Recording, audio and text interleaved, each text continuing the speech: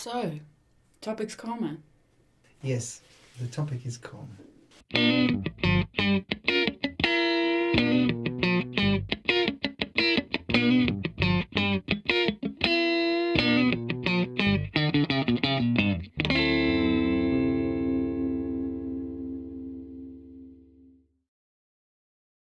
So do bad people get their just desserts, if they're allowed dessert? Statistically speaking, 99% of the time they do. On what statistics do you base this 99% statistic? Well, yeah, okay, it's not plus or minus 10. Okay. That's still quite a... You can't plus 10 on that one. Yeah. Yeah. Yeah. So You're saying most it's bad people, because of the actions, their bad actions, receive repercussions that would also seem bad at some point in their life. And judging by your assertion that it's 99%. okay, maybe not fine. I'm just saying. Very often. No, but if you would put a percent on it, what would you say? Oh gosh. Probably 90%. Still, 90%. So Yeah. you think 90% of all the people who do bad things end up having bad things happen to them because of those bad things that they did. Yes. And the corollary to that, people that do good things, do they get rewarded with good things in return 90% of the time? Yes. Well, I suppose it depends how you classify a good thing and a bad thing. So is karma a force out there, like a objective thing that puts these measures in place? Or is it a subjective measure used to interpret what happens to bad guys and what happens to good guys?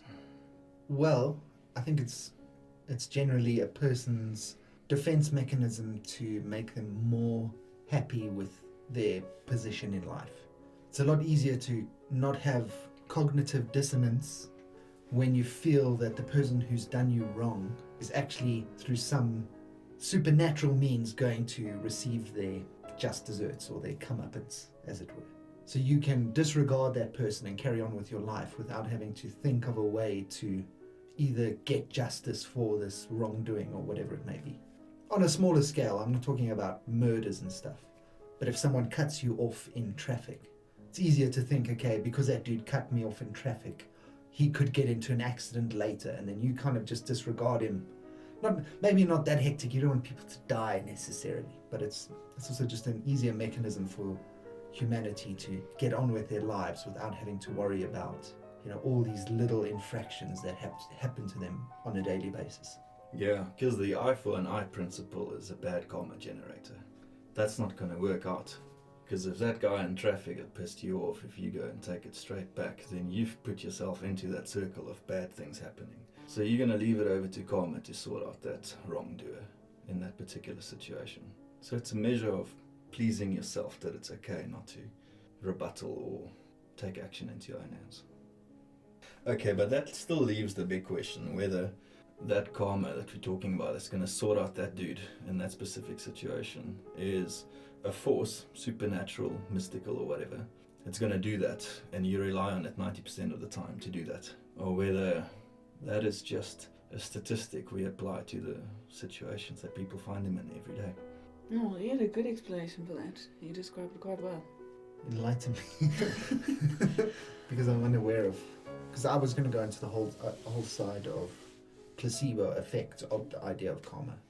It's just, particularly if a person realizes that the situation they put themselves in has detrimentally affected someone else, they will internalize that and not necessarily take it on board instantly at that moment and apologize and be sorry, but it could psychologically impact them in such a way that later on down the line they will it's hard. The placebo effect is pretty much the whole thing. It's more your own mind is going to make you feel as though because of the actions you did earlier, you received these bad actions at a later date. But also it's how you perceive. Yeah, it's all a perception thing, yeah. Because you might have, if you're a negative person, you might not have even noticed that, I don't know, somebody cleaned your desk for you that day. And perhaps you think that's your good karma if you're a more positive person. And then, that's how karma would pan out. And that's how I understand karma. It is more of a psychological effect on humanity than anything. But religions and stuff like that will have a greater impact on that, because psychologically you're going to give more credit to a religion or whatever it may be because you believe in it. And then that karma effect comes into it. You know, a lot of religions say do good works and you will receive just rewards. It's that same idea. But even if you aren't religious in that sense, you can still Believe in karma. Yeah, you still gain that exact same reward process. If you do good things will happen to you, because good things will generally happen around you then. Because you are in a state of mind to observe and appreciate these good things. But it's also welcome these good things. It's also not to say that your mind projects these things either. You can't win the lotto just by thinking you're going to win the lotto, for instance. There is a certain reality based on the world in its physical state that can't be overcome, even in karma. Yeah, that ties up with how I see karma. I think karma is also subjective and psychological rather than an actual force helping out. And I like to relate it to numerology in a way. Numerology is a way of putting a relationship between an event and a number, and that relationship could be mystical or supernatural or special in a way. And I think karma ties up with that quite nicely, as it is a relationship with how we as humans, how our behavioral traits every day and what we do, and the environment that we are in at present relates back to stuff that happens to us. I think it's totally possible to build a statistical model to calculate your karma. If you just look at the situations that people find themselves in, the environment changes a lot. For instance, I think something that's quite interesting is the impact that industry and human progression has on this planet. We lose about 4 million hectares every year in rainforest and forestation. Now that's a big number. South Africa's total surface area is only 122 million hectares, so it's almost like 3 to 5% of the entire South Africa is lost every year because of that. Now if you consider a small group of people in that type of situation, you'd have the poor people who are involved in deforestation, and you have the bosses who are involved in reaping the benefits, and they have subclasses of people all around them engage in this activity. And the people who are the bosses, the hardcore dudes, they move on and probably care for their families in a nice way, whereas the people that are stuck in that Pacific region, they go through a period of, let's say, enrichment for a small while, and then they get slumped back into poverty with a really crappy environment around them. So that would be environmental aspects that generate karma. And then I think it's also who you associate with. If your friends are clever guys, you engage in a group of people that will probably do more good than bad. And if you're associated with a rich guy or rich friends, there's a likelihood you'll pick up a few free meals here and there. So I think those are the two fundamental subgroups that go into karma calculations. So who you befriend yourself with and your human interactions, and what your environment's all about. Yeah, but like you see in your example that you gave there, I think the rich guys need to get some karma back at them. They're the ones that requested this deforestation.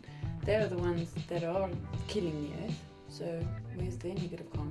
But that's why I would refute your assertion that 90% of people receive their karma. Because all those poor people, in essence, are receiving bad karma constantly, because they deforest the place by actually cutting it down, and then afterwards they still get schneid at the end of the day. Even though their only recourse here is to survive, they need to do this job.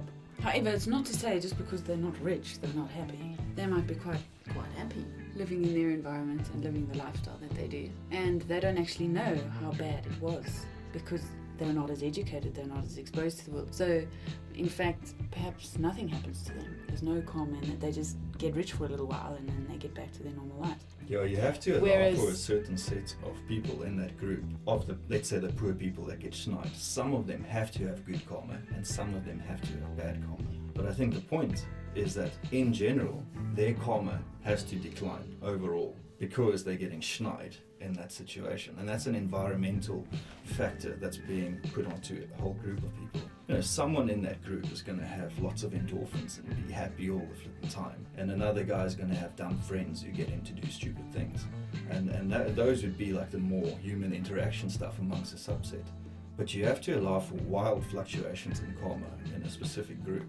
But big sets of groups that have similar properties must have like declining or increasing karma averaged out. But I think in that statistical analysis, it would also be skewed towards wealth in that regard. Because the richer you are, you made a good point, the guy who runs this deforestation, not only has he got the karma of schneeing the poor people, he's got the karma of destroying the planet, as it were. But who's the person who's going to most likely lead the most fulfilling life, in a sense, at the end of the day? It's going to be this guy and his family. Because he's got the money, the wealth, he can move off the education, the house, everything. Minus the material aspects as well. Yeah, there's a lot of non-material aspects, but the thing is, there's a lot more opportunities for the richer guy, which he's going to use. And what karma will come out at the end of the day? He's going to get cancer and die after 5 years or something. But is that enough karma? Compared to the poor people who are probably going to get cancer anyway. That's what it comes down to. It's the poor people are going to die of cancer, and so are rich people. So that's not necessarily a measure of karma there either. How does this person, and it's not just this one person with deforestation, you can see there's quite a significant amount of these people across the world. How do they receive their karma? Because death is also not necessarily the greatest arbiter of saying, you've received your karma because you died. Yeah, that's why I wasn't going to say him. That's perhaps not what karma is. It's going to be his wife or his child. Or but like, what would be sufficient in that case? What would... Oh gosh, I'm no... Yeah, that's okay. Is her not being able to have children, would something like that be a significant drain on the karma, as it were, to make the statistical analysis balance out more? Or would she have to, I don't know, be the next Ebola Mary, the person who spreads Ebola throughout whatever country it is? Would there have to be some really big thing to downplay this massive... In essence, if the rainforests go and all this oxygenation of the planet goes, there is a significant impact on the planet on a long-term basis. So then, is there anything that could be said to be harsh enough to say this could have caused the death of billions as opposed to now where it's just... The thing is, I don't think karma is... It's not justice. It's not quite 100% justice. It's like... But it's a balancing of the scales between good and evil. Yes, that's right. It's not justice, but it plays that type of a role. 'Cause yes, in the specific example we've put together now, you'll probably find that the communities involved in deforestation, there's a lot of injuries amongst those people. And typically the breadwinner of the family is the person who gets injured because he's the guy in the forest. So on that level, the communities involved in deforestation probably get hit very hard with those type of issues. The bosses there, probably not. But then that's not even half the life cycle of that whole operation going on. Then there's the end users who are demanding more and more wood to go into their suburban homes. And I cannot even see how that karma equalization is going to happen for those people. They're blissfully unaware of that. And that is not just for the forestry industry, that is for oil and gas. Okay, but moving away from industry though, so it's just that there are lots of levels in this. But I want to get back to you, is there ever enough justice? I think personal tragedy or grief is, I don't wish that on anyone, just as a specific single individual. It's just for that person to get punished in some small little way if it doesn't impact the world at all. And it won't do anything for our rainforests, it won't stop them from being cut down. But it's more a punishment. It's not justice. I think that's the thing. And there will never be enough justice or punishment for some things, for this example.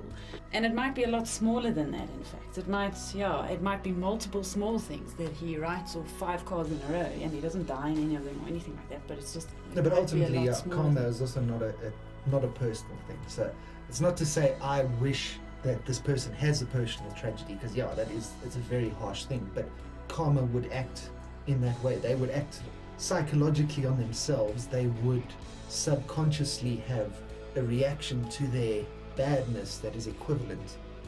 I mean, a reaction to what they did would be equivalent in some subconscious level. So something that could lead to something that bad. Fair enough, there's also a bit of education involved. There's someone has never actually thought about the future of humanity over hundreds of years, then they're not going to realize how much the rainforests are involved in keeping oxygen levels up and biodiversity and all these things. But ultimately, then karma really is just a psychological thing. You only get repercussions for what you think is bad.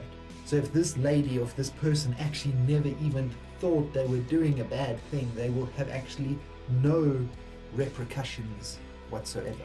And that's when we need Batman. I'm Batman. No, you're right, because even my statistic is based on the way I would judge something in that person's life. It's like if he has 5 car accidents, then I'll be that. But then I you think agree that's then. karma getting him. Yes, so perhaps my statistic is completely swayed. It's a completely personal opinion. I'm justifying it on how I psychologically judge But then do you that person's agree situation.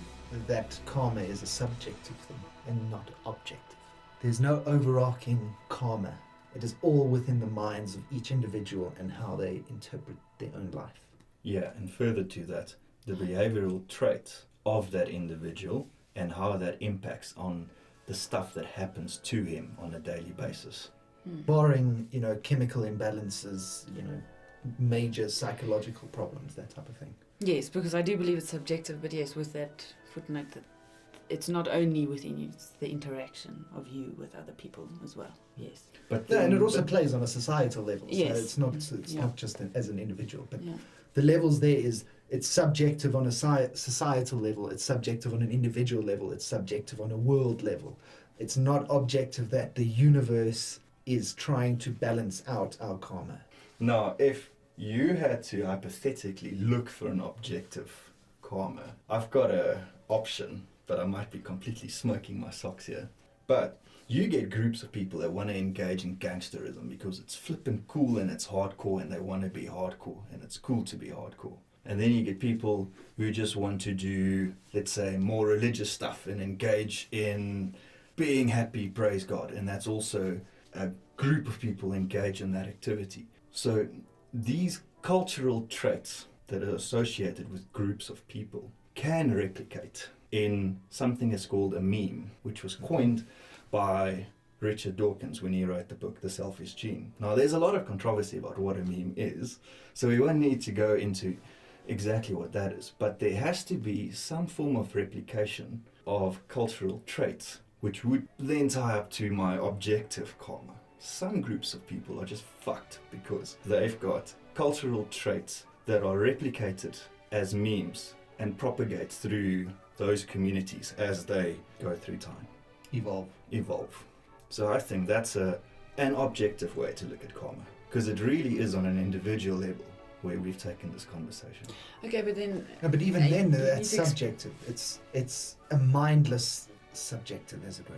No, I just want more of an explanation there. So how is karma going to affect these two groups of people? These specific two groups of people in your example, for generations You've to come. got guys that and girls that go down a specific behavioral trait, and that could be gangsterism as the example that I Yes, meant. yeah. So that doesn't really filter out of a group of people that easily.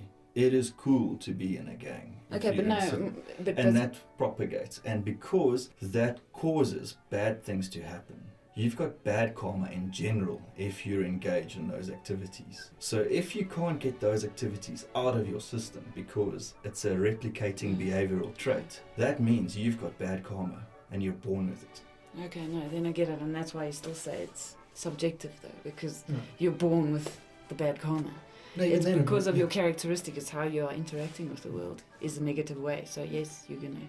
And that also ties up with a lot of criticisms from different authors for this whole topic of what a meme actually is. Because some see it as an actual replicating cultural entity, and some see it as just subjective something that doesn't really make too much sense. That's why I said I could be smoking my socks. Yeah, the only way this could be objective for me is referring to my matrix effect. That's very far-fetched. So. Like a force Hmm. that sits out there and watches you do something bad, and then it finds a way to zap No, you. no, it's not no, it's just that we are all part of this matrix, and let's say I'm one point in this cube of a matrix, whatever it is. But if I get too much energy and I want to, from positive, good things, or whatever, or lose too much energy and I'm just about to fall out the matrix or whatever, something has to happen to bring me up back to that level. If you were to look at it at an atomic scale or something, you know, to every action has an equal and opposite reaction, pretty much. That Yeah, sort that's of a thing. nice way of looking at it, but if you bent your view on that a little bit, couldn't you say that you're already there with the subjective arguments that we've already put out in this conversation? We're already addressing karma in that sense. Yes, but perhaps if it's that could also be interpreted subjectively in the term that this is how you interpret karma, and that consciously affects how you interact with the world. Whereas someone else who doesn't use that matrix to determine their own karma has their own way of interacting with the world, but both of you would have a different subjective experience on karma, but it would seem to be objective from both your sides. If you understand what I'm saying. Yeah. And what's interesting there, I think, is whether karma is a subjective input to what happens to you and in your surroundings, or whether it's a subjective output from what occurs. Because that's a point to consider. Is karma a doer, or is it something used to interpret something that happened? Also, just to elaborate on making mine not quite subjective, it's that there would be... So it's not only how I perceive what I'm doing is good or bad, but that I shouldn't say that this little atom acknowledges the trouble of that little atom and can influence the energies associated with it. That's the objective way of looking at it. It's like, so it's not only what happens to this little singular atom, it's that this singular little atom identifies what's happening to another one far away and can influence it. When you say that, I just want to say karma is relative. Because that's the principle of relativity that you've just mentioned there. You see, that starts to ring of homeopathy, where where molecules can remember what other molecules have been with that molecule. But also, what I do want to comment on that though, because yes, I do not believe in homeopathy one bit. But it's because you are expecting things to change at that tiny little level, okay? Whereas what I'm talking about now is actually just a much bigger thing and much more complex than just an atom. Okay? Yeah, it's the matrix effect, man. It's like, massively the whole. I see exactly what you described fit perfectly into this overall statistical model, because actions happening at some place, like our deforestation example, has consequences all the way through. Those communities feel the deforestation immediately. People in suburbia get the wood for their houses. Environmental issue occurs with the ecology of that area. Then it has lots of deforestation happening all over the world, has then an influence on the world. All of that is relative and connected. It is a matrix of events that occur, and it has to impact on every single individual on this planet, like an overall karma equalizer. And so I suppose it's a fine line then between justice and karma as well then, because what I was going to say is, for example, I could see somebody else being very mean who's begging at the traffic light, and I had every intention to give him the leftovers from my dinner last night, but I see him shouting and hitting some other woman, and then suddenly I obviously change my mind and I'm not going to give him this meal anymore. So I have changed his karma. He would have got a really good meal, but based on how he behaved, I'm not going to give him a good meal. But he doesn't know that. The only karma that's changed is yours. You feel like you've gained karma subjectively. No, but it's still what goes around comes around. He doesn't have to know that, but I suppose that's the other side. If the person doesn't realize that they've had karma on them, does karma really exist? Because you've watched him do this, but he doesn't know you were just about to give him food. So he's hit this woman, he's had no realization that he's getting anything, and he goes back to his normal day. So in his mind, the overall karma of his life hasn't decreased or increased whatsoever. that is karma as a feel-good or feel-bad indicator in your own psychology. Karma as what happens to you based on the actions that you do in your behavioral traits. He definitely got his justice there, because he was about to receive something, but because of his actions, it didn't. But this really points to what is karma. If it's an indicator of feel good and feel bad in your own psychology, then of course that guy is adding no negatives or positives to his karma. Exactly. Yeah, but if karma is more like a general relative good or bad events happen to someone, then of course he's been impacted. Yeah, that guy would have to have something happen to him that he would be aware of then, in essence, that didn't relate to the woman, giving him food that he didn't want. Okay, I could give you a different example of the guys cutting down trees in wherever, and he breaks a leg, and fine, and that's his karma for cutting down the trees that he's broken a leg now. But he needed to cut down the trees to feed his family. But fine, that's another way of looking at it. So in a way you could say he didn't deserve anything. But it gets published, this plight of this community that was taken advantage of by this rich guy who's living somewhere, gets published on TV or something, and some famous person or somebody with lots of money decides, oh, you know what, I'm going to go and build a school, and this specific family whose leg broke, I'm going to make sure they get through college, whatever. That's okay, but him. then does karma exist if I say that exact same scenario happens, but there are 100 other companies where there's no article published? So for every one that is published, there's 100 that aren't. So that's why I have to change my statistics. no, but even without your statistics, that would show that karma is not an objective thing. It is subjective to that basic degree. That it'll only really karma doesn't exist really. It's more justice, punishment, enterprise by the people that are involved, that type of thing. It's like Exactly. For the man on the street, karma is feel good, feel bad, good things happen, bad exactly. things happen. It's Everything we've discussed is more complicated than what anyone out there considers karma. no, But no, what you're saying is totally correct if karma is only subjective. The thing is, if any of us actually believed it was objective, then everything we've discussed, yes, is relative to karma. But as I believe it to be subjective, then yes, none of these bigger questions actually relate to karma because it can't interact on such a grand scale as such. But if you believe karma is objective, then yes, all those scenarios need to be explained in terms of how does objective karma rectify all of these discrepancies. However, what I'm going to say is that I think everybody should believe in subjective karma then. Just because inevitably you'll constantly be doing good things. It's like... Yeah, you should basically have a conscience. Yeah. Karma is a conscience in the individual. It's just, if you do something bad, you're going to be like, oh, I did something bad, and you're going to feel like you need to rectify that in some way. Whether that's giving food to the guy on the side of the road to say, okay, this other guy, I actually told him to bugger off, but that's because I was feeling, I had a headache or something. And the next guy you meet, you give him food. That's balancing the karma subjectively. I'm in that was a support of fantastic way that you said it now. And it's that feel-good thing. Yeah, that you're talking about, Yeah. Communities that believe that karma is a subjective thing that can do, or whatever, the way you just said it, that is a aspect of religion that has a positive impact on societies. I agree, I just don't like the word believe. I'd say for me, karma is subjective. It doesn't exist. It's an interpretation. It's not an input to what happens, it's an output of what has occurred. And it's just a way of describing. There is no karma. Yeah, just because it's subjective doesn't mean it should be thrown out. Yeah, no, there is subjective karma. But yeah, we must be aware of that fact. And being aware of that, then we can take on board that there will be some people who don't have, like serial killers and such, like their levels of karma are totally different. There are guys who've been serial killers who have never been caught at the end of the day. Most likely died in their sleep, all nice and peaceful. They had no problems with karma or anything like that because to them, subjectively, their karma was different in a sense. So to them, killing people was fine, but let's say, they shouted at their girlfriend and they felt that was like the worst thing to do. To them, then they would try and rectify that, but killing people is okay. What is the psychology of a serial killer? Is it mostly depressed? Is it an unhappy person? No, there's no. The psychology is so imbalanced and so strong that it's you commit atrocities. I think the largest proportion are very intelligent. I think there's actually a lack of karma or a conscience in serial killers.